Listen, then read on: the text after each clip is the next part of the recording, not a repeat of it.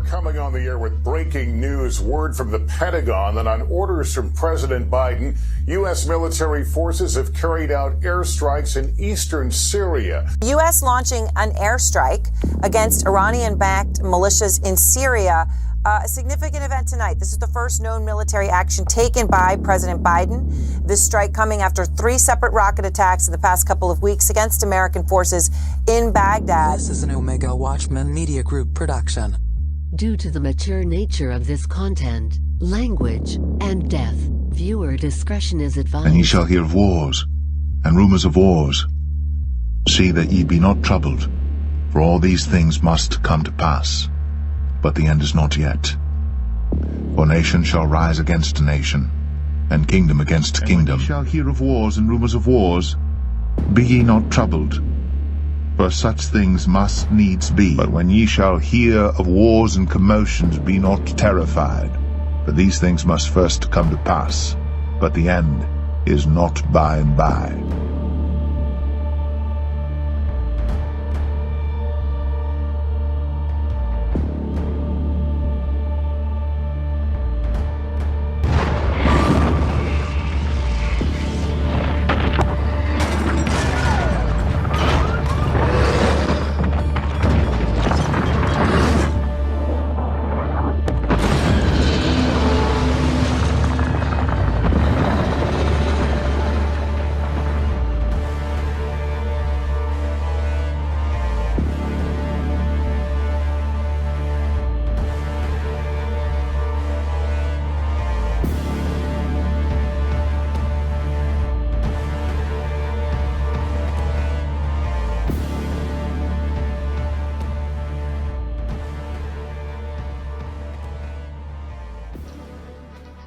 Good evening, everyone. We're coming on the air with breaking news. Word from the Pentagon that on orders from President Biden, U.S. military forces have carried out airstrikes in eastern Syria, targeting infrastructure utilized by Iranian-backed militant groups. President Biden has been in office for 5 weeks. This is the first military action he has authorized. Chief White House correspondent Kristen Welker has more for us. Kristen, what do we know at this hour? Well, Lester, we know this was a retaliatory action. As you said, late tonight, the Pentagon making this announcement that U.S. forces carried out those airstrikes.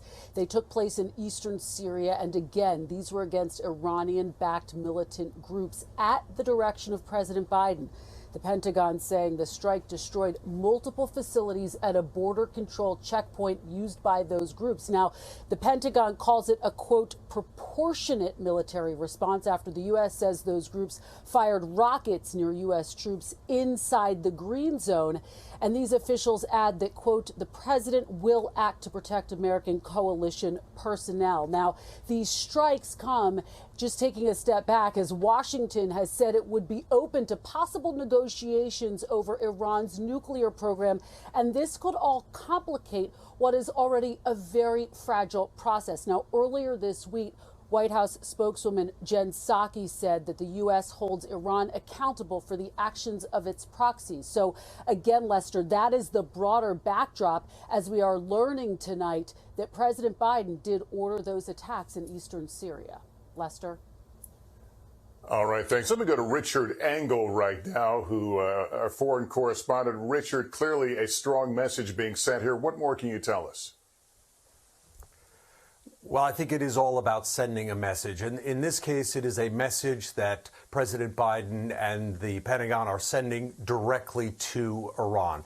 Even though President Biden wants to negotiate with Iran, he is sending a message that that negotiation does not mean that it is open season for U.S. personnel in the Middle East.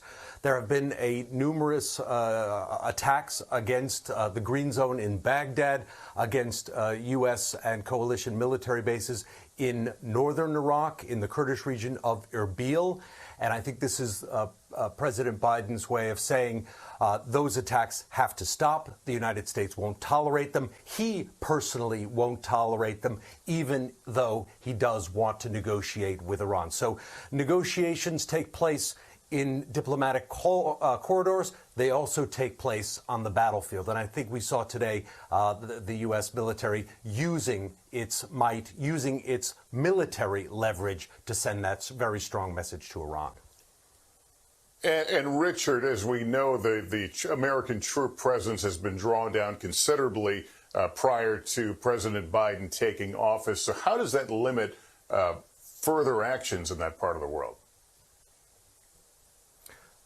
There are still plenty of assets in the area, still plenty of capability to carry out airstrikes, drone strikes, to carry out these kind of proportionate responses that we saw. It's important that the Pentagon said that this was a proportionate attack. It wasn't aiming to wipe out large numbers of militia fighters or attack any kind of civilian targets. This was aimed at infrastructure by an Iranian-backed militia, according to the Pentagon, after there have been a series of attacks against Baghdad in northern Iraq, blamed on these same Iranian-backed militias, in the context when there is an attempt to re-engage with Iran in negotiations. So I see this as absolutely the stick in the carrot and stick process of diplomacy. Yeah, and Kristen, very quickly, did all seem normal at the White House? Any indication something was brewing? Well, it's very quiet here, actually, Lester, and White House officials not commenting broadly on this action, pointing us to the Department of Defense that has again confirmed that the president made this direction to carry out airstrikes. But the message, as Richard said, very clear.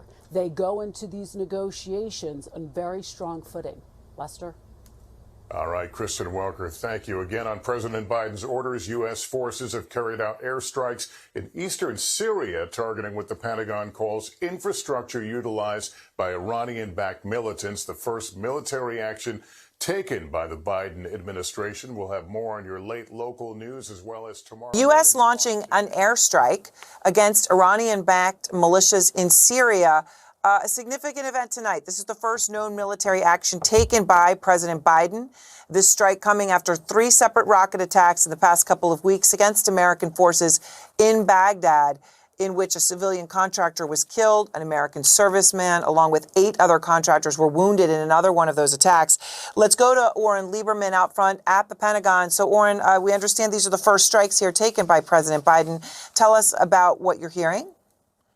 Exactly. This is the first known strike under President Joe Biden, and it comes against Iranian militias and the sites they use in Syria. We've learned from a U.S. official that just a short time ago, a U.S. aircraft targeted one target with multiple sites on that target used by Iranian-backed Shia militias for weapons smuggling. There was no immediately available battle damage assessment as a result of those strikes, but that would be something we'd expect perhaps in the coming hours or the coming days to get a better sense of A, what was targeted, and B, what the result was. It's important to get a sense of the scale of the attack. This was not apparently an attack on a major site. It was an attack on a site meant to send 2 separate messages. First, trying to deter these Iranian-backed Shia militias away from launching future attacks against U.S. and coalition forces. And second, a response to the previous attacks over the course of the past week and a half or so. One in Erbil, one in Baghdad, and then one at Balad Air Base just north of Baghdad. This is the Biden administration, it seems, sending a message to those Iranian-backed militias. Even if the Biden administration hadn't pointed a finger and said, yes, it's this specific militia that's responsible, it was clear from the White House, the State Department, and the Pentagon that they held Iran largely responsible for these attacks and said it was Iranian weaponry used in these attacks. It also seems, because of the relatively small scale of the attacks, it was an attempt not to escalate the situation, especially as the U.S. and Iran try to figure out the diplomacy and the moves around Iran's nuclear program. So a small calculated strike, it seems. We'll certainly keep you posted as we learn more about what is the first known military strike carried out by the Biden administration. Some information on a strike that we conducted this evening, and there's not much more that I'll be able to add at this point, other than the fact that we're confident in the target that we went after. We know what we hit,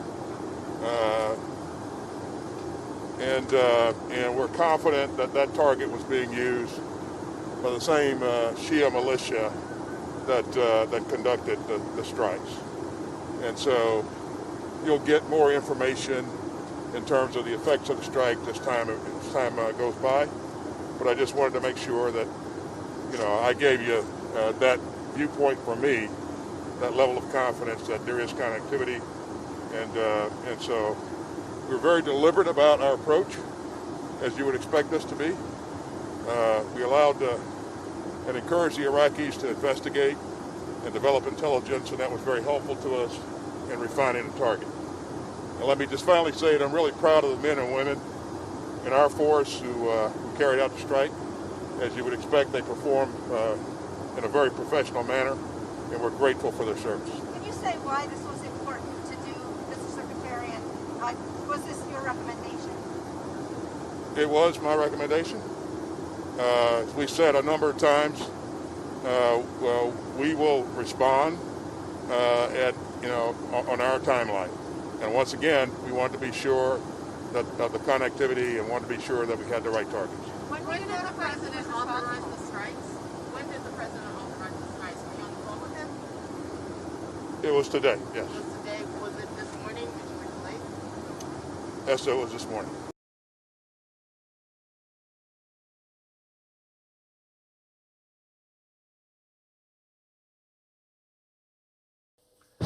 Tonight, the growing nightmare in